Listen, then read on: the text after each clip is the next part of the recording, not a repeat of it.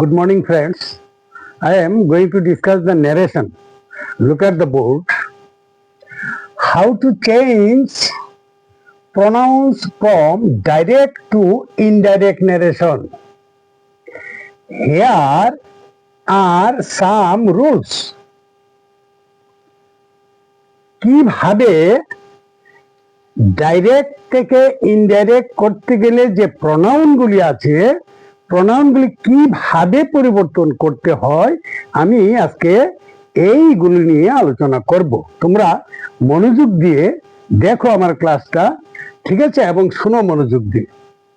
How to change pronouns from direct to indirect narration. Here are some rules. RS এর মধ্যে, RS মানে reported speech, RS মানে কি reported speech. RS এর মধ্যে থার্ড পারসন থাকলে কোনো বদল নয়। আরএস রিপোর্টেড স্পিচের মধ্যে যদি থার্ড পারসন থাকে তাহলে কোনো পরিবর্তন হবে না, ঠিক আছে।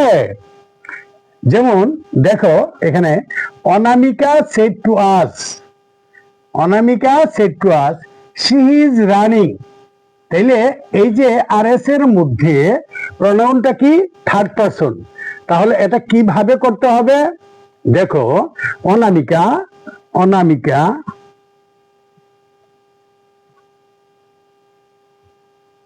অনামিকা told us, লিঙ্কের হিসেবে দ্যাট বসবে। অনামিকা told us that she is running। একটা কথা সবসময় খেয়াল রাখবে, আরএস এর যখন ডাইরেক্ট নেরেশনে থাকবে, আরএস এর যে প্রথম লেটারটি এটা ক্যাপিটাল লেটার হবে। যেমন শি ইজ রানিং এখানে আছে, এসটা বড় হাতের। যখন ডাইরেক্ট থেকে আমি ইনডাইরেক্ট করব তখন এসটা স্মল লেটার হয়ে যাবে। She, SHE, she was running,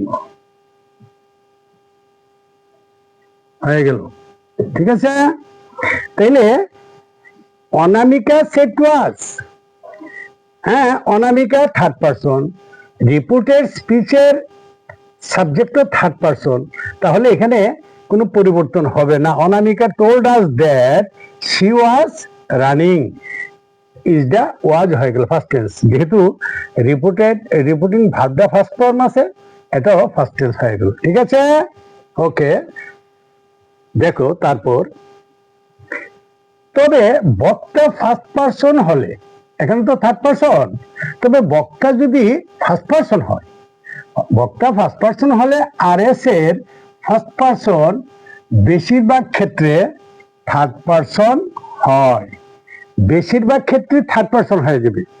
reported স্পিচের মধ্যে যে ফার্স্ট পারসন থাকবে এটা থার্ড পারসনে পরিণত হবে। ওকে, দেখো যেমন এখানে আই থাকলে হি বা সি, উই থাকলে দে, মি থাকলে হিম বা হার, আজ থাকলে দেম, আওয়ার থাকলে দেয়ার, মাই থাকলে হিজ বা হার।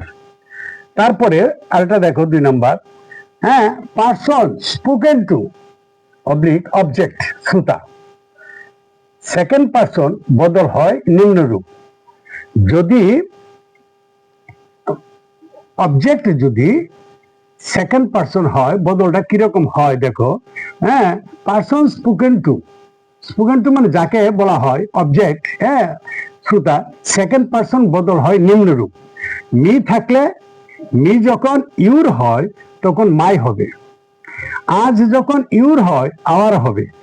হিম যখন ইউর হয় হিজ হবে। হার যখন ইউর হয় হার হবে। দ্যাম যখন ইউর হয় তখন দেয়ার হবে। এটা হয়তো আমি বলেছি, তোমরা কিছুই বুঝতে পারোনি, ঠিক আছে। আমি একটা এক্সাম্পল দিলে এটা ক্লিয়ার হয়ে যাবে। দেখো, হি সেড টু মি, এটা হচ্ছে রিপোর্টিং ভার্ব। এটা কি রিপোর্টিং ভার্ব, হ্যাঁ। তো এখানে সাবজেক্ট, এটা কি অবজেক্ট, এই যে এটা হচ্ছে অবজেক্ট, অবজেক্ট, ঠিক আছে। স্পোকেন টু, এই যে বললাম স্পোকেন টু, এটা মি, ঠিক আছে। আই নো ইউর ব্রাদার, আমি তোমার ভাইকে চিনি, এই কথাটা বলেছে। কে বলেছে? সে বলেছে। তো এটাকে ডাইরেক্ট থেকে ইনডাইরেক্ট করতে গেলে কি দেখো নিয়মটা, হি সেড এখানে টোল্ড, মি টুডা উঠে যাবে, হি টোল্ড মি, একটা লিঙ্কের হিসেবে দ্যাট বসবে, হি টোল্ড মি দ্যাট। এখন একটা জিনিস তোমরা মনোযোগ দিয়ে লক্ষ্য করো, হি সেড টু মি, সে আমাকে বলল, কি বললো? আই নো ইউর ব্রাদার, আমি তোমার ভাইকে চিনি। সে বলল আমি তোমার ভাইকে চিনি। আইডা কিন্তু সে, তাহলে হি টোল্ড মি দ্যাট, আইডাকে সে, হি, NEW, নিউ, নো এর ফার্স্ট ফর্ম নিউ, হি, আইডা, হি নিউ। এই যে ইউর থাকলে কি হবে? কিছু মি, এখানে মি আছে, এই যে মি, এখানে মি আছে, এখানে মি যখন ইউর হয় তখন মাই হবে, আমি বলেছি। তো হি নিউ মাই ব্রাদার। দেখো বন্ধুরা, বুঝতে পেরেছো কিনা? হি সেড টু মি, সে আমাকে বলল, আই নো ইউর ব্রাদার, আমি তোমার ভাইকে চিনি। তাহলে দেখো, আমি বলেছিলাম মি যখন ইউর হয় তখন পসেসিভে কি হবে? মাই হবে। ঠিক আছে, এই যে সেকেন্ড পার্সনটা বদল হয়ে যাবে। ঠিক আছে, হ্যাঁ, এখানে এই যে পার্সন স্পোকেন টু, এখানে সেকেন্ড পার্সন আছে, এটা বদল হয়ে পসেসিভ মাই হবে। দেখো, হি টোল্ড মি দ্যাট, আমি এইটুকু মধ্যে লিখলাম, তারপর লিঙ্কার এসেছে দ্যাট, আইডাকে হি, তারপর ই এসেছে, নোডা, যেহেতু এখানে ভাবটা ফার্স্ট ফর্ম, হ্যাঁ, এটা ফার্স্ট ফর্ম হয়ে যাবে নিউ। ইউর থাকলে কি হয়? মাই হয়। এই যে হি নিউ মাই ব্রাদার, সে বলল যে সে আমার ভাইকে চিনত। ঠিক আছে, এরকম। ঠিক আছে, তারপর দেখো,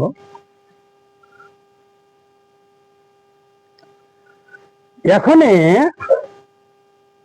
হি সেড টু মি, এখন যদি এই যে আজ আছে এখানে, দেখো এখানে আমি যদি এখানে আজ লিখি, হি সেড টু আজ,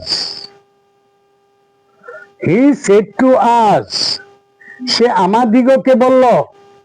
সে কাকে বলল? আমাদিগকে বলল। হি said to us, I know your brother. এখানে ইউরটা তখন কি হবে? বহুবচন হয়ে যাবে, আমি তোমাদের ভাইকে চিনি। তাহলে কি হবে দেখো, he told us that, linker হিসেবে দ্যাট, হিডা হি থাকবে, he knew, KNEW, he knew your brother, মানে আমাদের ভাই, hour brother,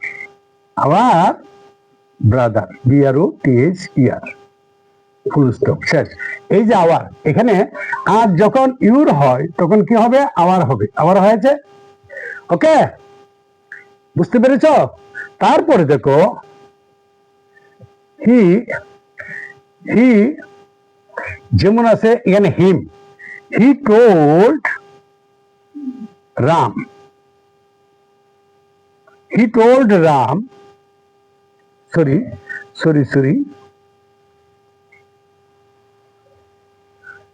he said to Ram, he কাকে বললো? রামকে বলছি। লক্ষ্য করো, সে রামকে বলছে, he said to Ram, I know your brother, আমি তোমার ভাইকে চিনি। সে রামকে বলছে আমি তোমার ভাইকে চিনি। তাহলে কি হবে দেখো, he told Ram that, he, আইডা হি নিউ, এখানে হিজ মানে রামস, কার ভাই? Ram's brother, his brother. দেখো বন্ধুরা, ফুল স্টপ, শেষ। ঠিক আছে, তারপর লক্ষ্য করো, he told Ram that he knew his brother. His brother বলতে এখানে his কারা, his কে রাম।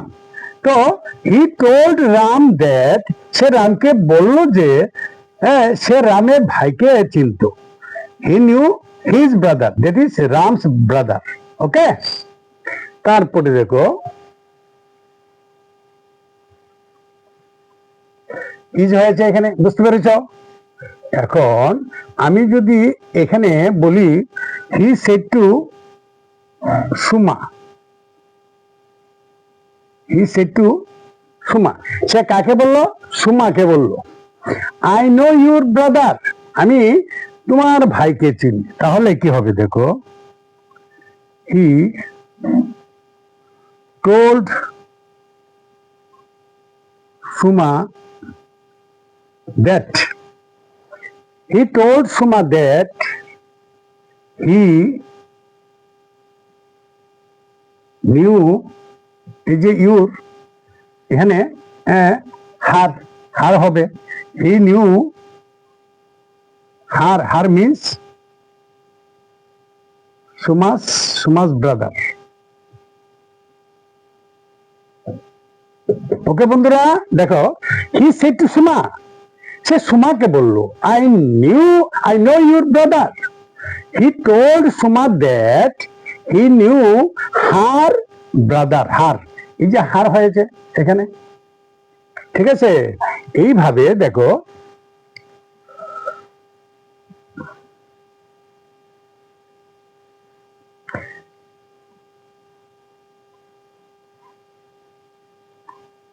এখানে he said to them,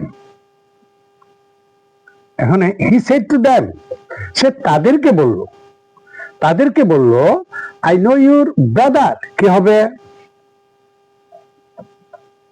he told them that he knew their brother. দেখো বন্ধুরা, দেয়ার হয়েছে, তাহলে he told them, সে তাদেরকে বলল that, যে he knew their brother, এই যে দেয়ার হয়েছে, দেয়ার, এই যে ইউর থাকলে কি হয়? দেয়ার। বললাম যে এই হলো আজকের ন্যারেশনের যে রুলসটা, এটা আমি তোমাদের সামনে তুলে ধরলাম।